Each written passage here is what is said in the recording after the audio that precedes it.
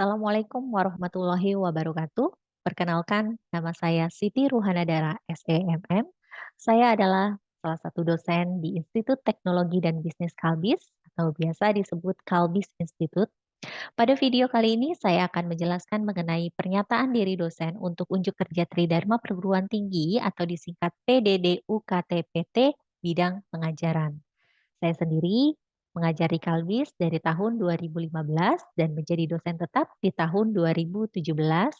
Untuk mata kuliah yang saya ampu adalah mata kuliah manajemen keuangan. Di antaranya manajemen keuangan 1, manajemen keuangan 2, personal finance, dan manajemen keuangan syariah. Pada video kali ini saya akan menjelaskan salah satu mata kuliah yang saya ajar yaitu manajemen keuangan 1. Adapun untuk deskripsi mata kuliah manajemen keuangan 1, secara ringkas manajemen keuangan didefinisikan sebagai Art and Science in Managing Money. Mata kuliah manajemen keuangan 1 ini membahas tentang ruang lingkup dasar-dasar manajemen keuangan, yaitu pemahaman laporan keuangan secara lengkap, proyeksi laporan keuangan, manajemen modal kerja, nilai waktu dari uang, dan penilaian surat berharga.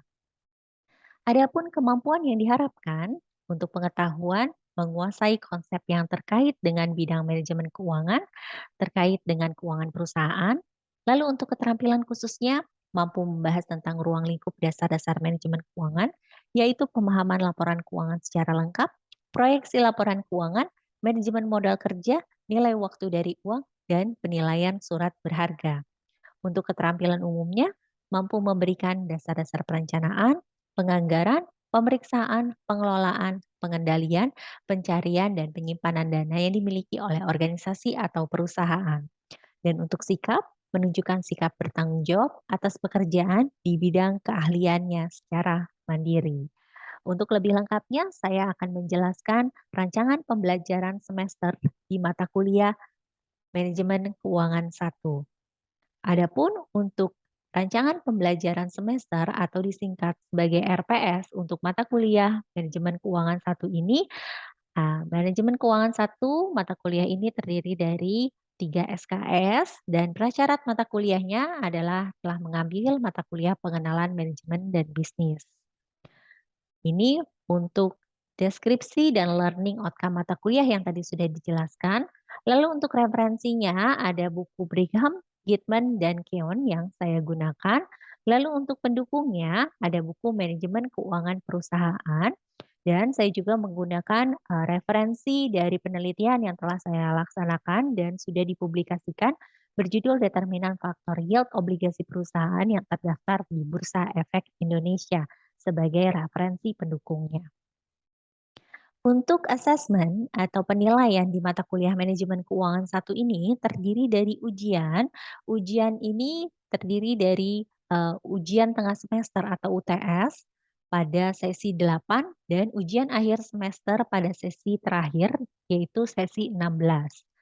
Untuk partisipasi, diskusi, keaktifan presentasi punya bobot 10%, lalu untuk pengerjaan tugas ini memiliki bobot 30%. Adapun tugas biasanya diberikan pada LMS, Learning Management System kami yang kami beri nama LIPS. Di sana sudah ada menu assignment dan mahasiswa bisa mengakses secara online. Adapun untuk topik per sesi, saya akan menjelaskan di sesi pertama akan dijelaskan mengenai pengertian manajemen keuangan, tujuan perusahaan, bentuk dari perusahaan, lalu 10 prinsip dalam manajemen keuangan. Untuk sesi kedua dan tiga, pembahasan mengenai laporan neraca dan laba rugi, lalu ada pajak perusahaan, rasio keuangan perusahaan, DuPont System, pengukuran net cash flow dan free cash flow. Selanjutnya 4 dan 5 di sini ada net working capital, ada siklus konversi kas, manajemen piutang dan manajemen persediaan.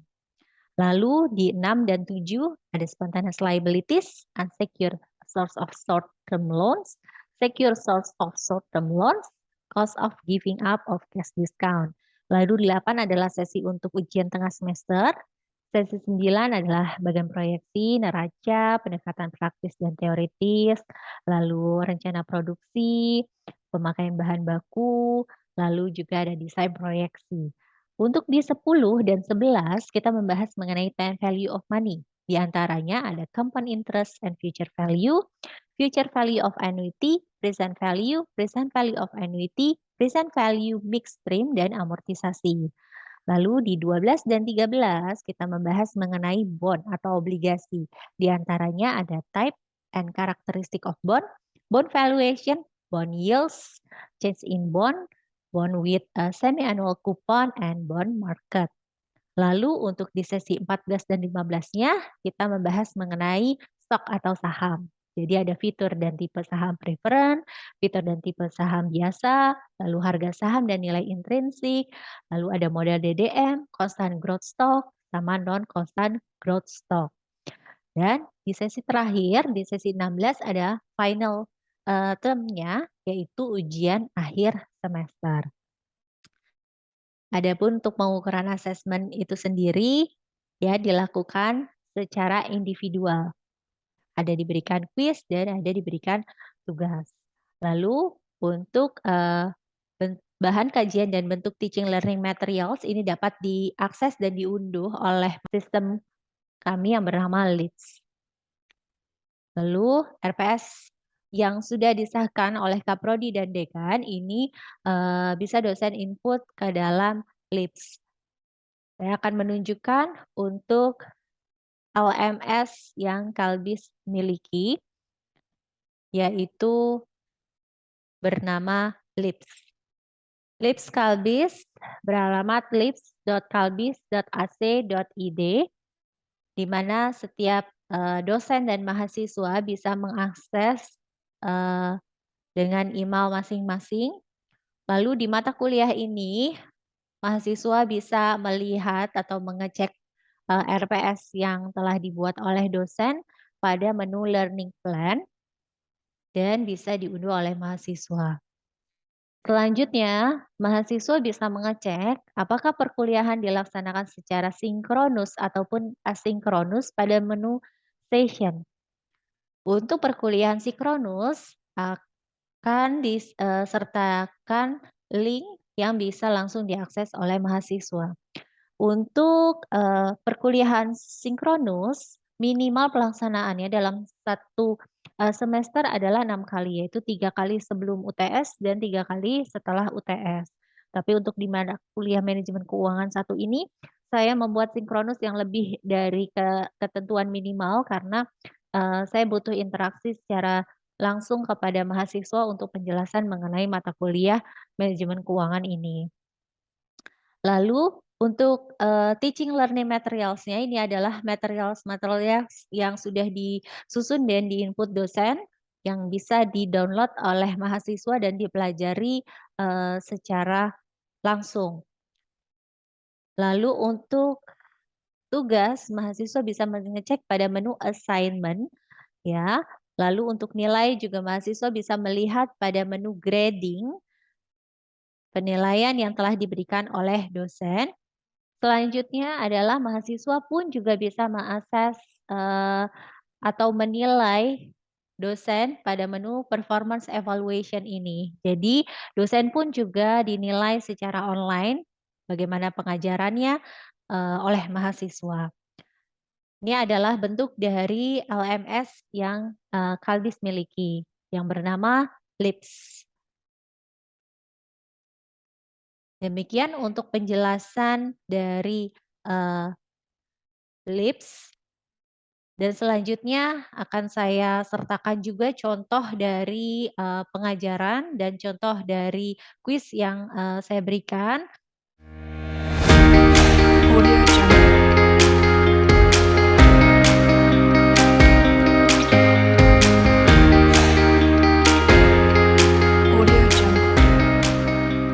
Oke, kita bahas satu-satunya. Resiko yang akibatnya ada 3 macam, rugi, untung, atau break even adalah jenis dari resiko. Resiko apa? Resiko apa? Spekulatif, Bu. Spekulatif, betul. Di itu ya, di materinya asuransi ya. Berikut yang bukan merupakan jenis resiko yang dapat diasuransikan. Risiko yang bertentangan dengan hukum, Bu. Oke, good. Investor yang memiliki profil sangat siap untuk kaya dan juga siap jatuh miskin atau risk taker. Tipe dari profil resiko? Agresif. Agresif, Bu. Agresif. Oke. Yang mana yang bukan merupakan instrumen pasar modal? Deposito, Bu. Deposito, betul. Gagal bayar atas kupon atau pokok, capital loss adalah beberapa dari contoh resiko yang akan dihadapi jika kita memiliki investasi instrumen apa? Gagal bayar. Reksadana bukan, Bu. Obligasi ya, Bu?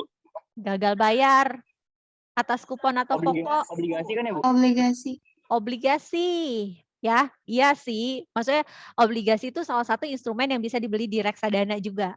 Ya, tapi kalau untuk resiko dalam instrumennya itu di resiko obligasi. Jadi ada gagal bayar. Nah, gagal bayarnya itu baik untuk kuponnya. Kupon itu yang diberikan secara berkala. Nah, ataupun pokoknya, justru nominal pokoknya itu bisa terjadi gagal bayar.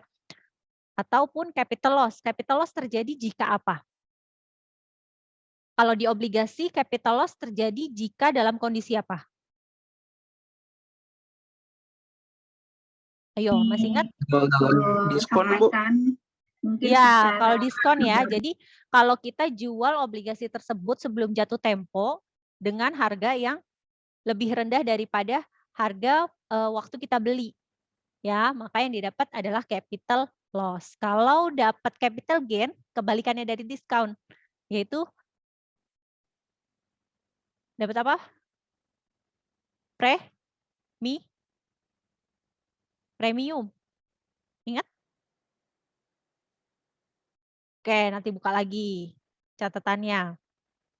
Indeks yang menggunakan 30 saham yang dipilih dari saham-saham yang masuk dalam kriteria syariah. Indeks apa? JII.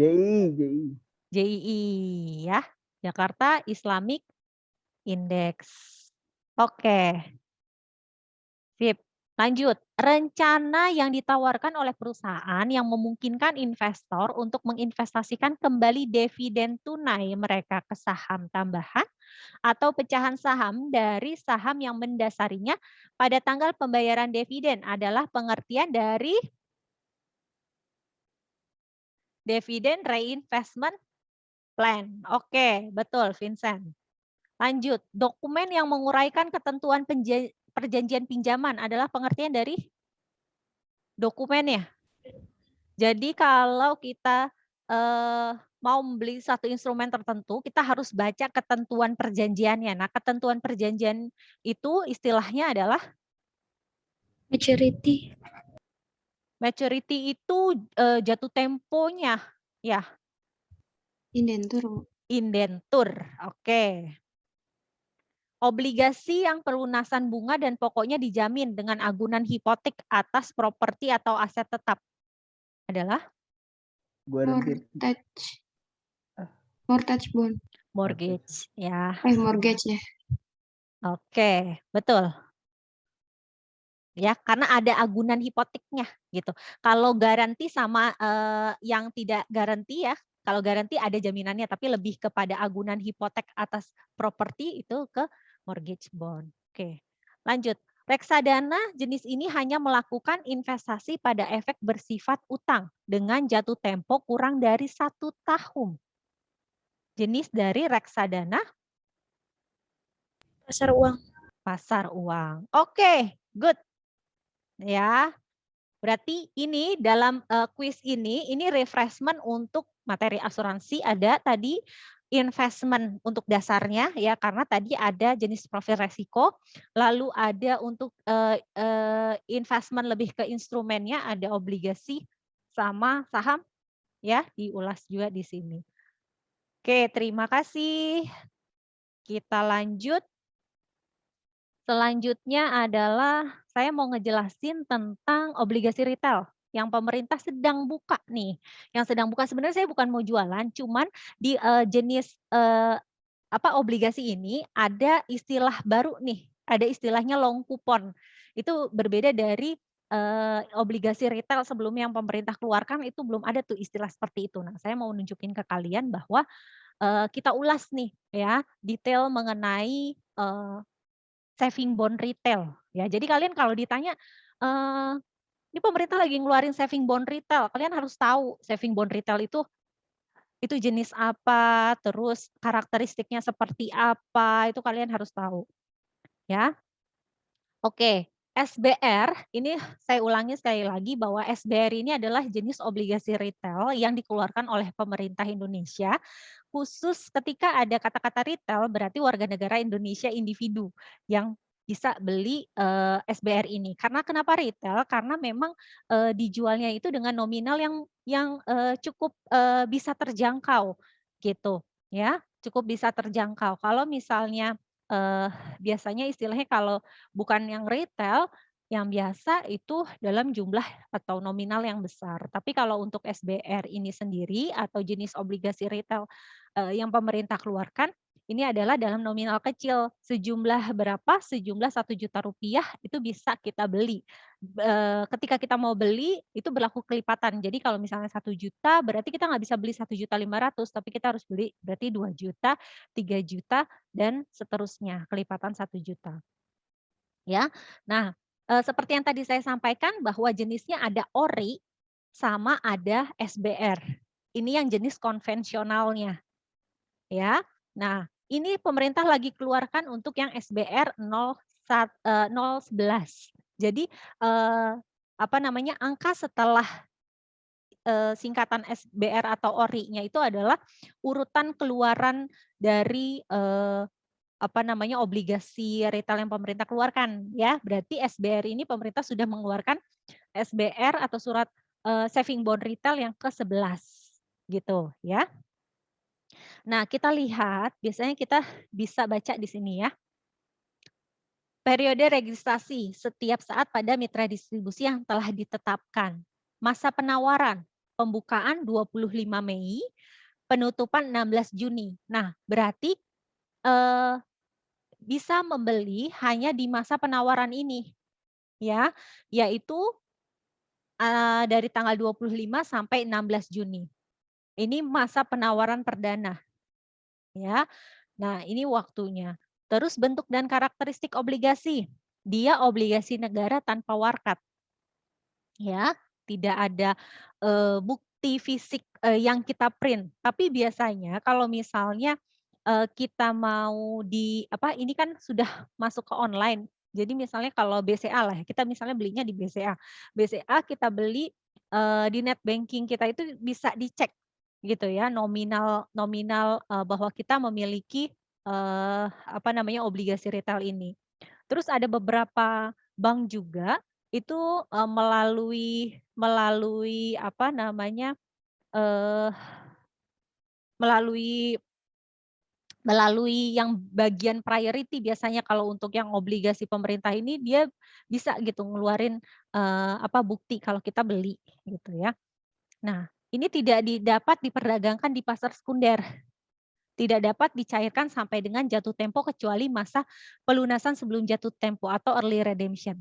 Nah, perbedaannya SBR dan ORI ya.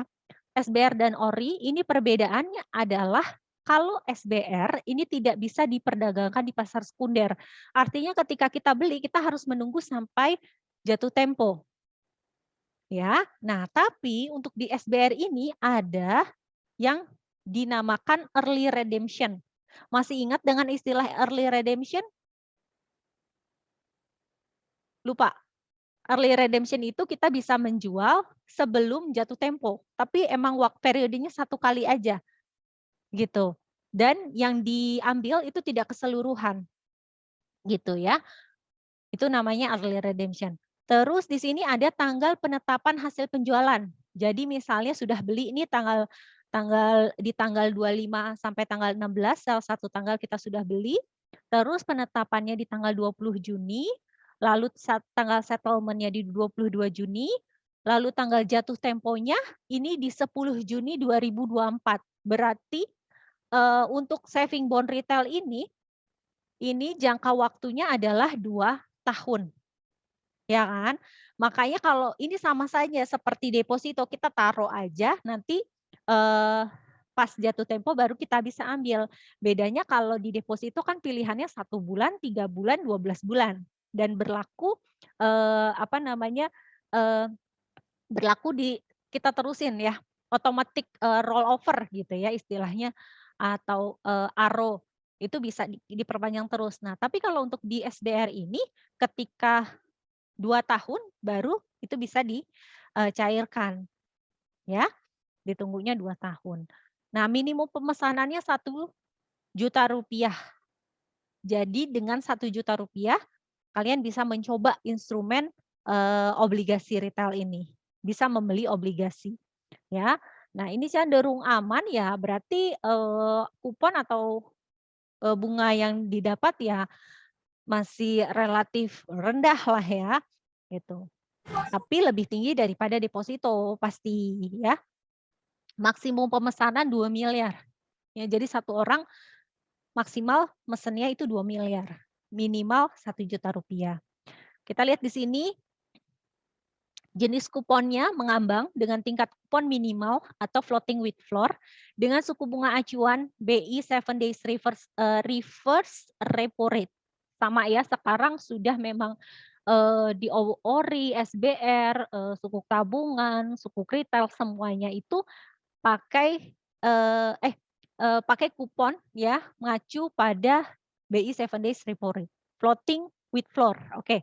Ada kalau nggak salah yang ORI saya nggak tahu nih yang ORI yang kemarin keluar floating juga atau fix ya. Pokoknya kalau misalnya kalian pada saat baca jenis kuponnya floating, oke, berarti dia ikut suku bunga acuan ya, ada suku bunga acuannya. Nah, ini akan diperbarui per 3 bulan. Ya, tingkat kuponnya. Ini di sini penjelasannya. Jadi tingkat kupon untuk periode 3 bulan pertama. 22 Juni sampai 10 September ini sebesar 5,5%. Berasal dari suku bunga acuan yang berlaku pada saat penetapan kupon yaitu sebesar 3,5% ditambah spread. Spread tetapnya 2%, jadi totalnya 5,5. Nah, tingkat kupon berikutnya itu akan disesuaikan setiap 3 bulan.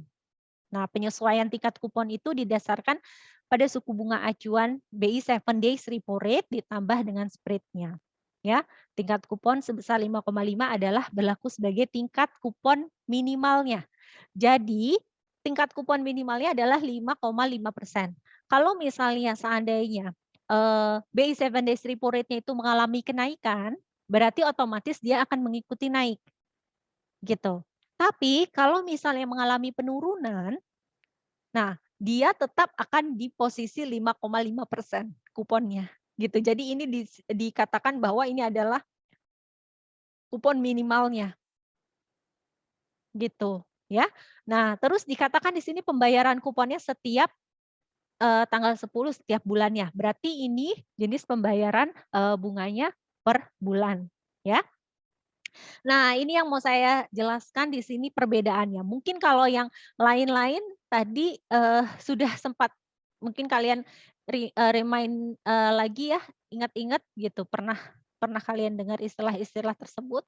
Tapi yang di sini pembayaran kupon pertama kali untuk di jenis SBR 011 ini adalah long kupon.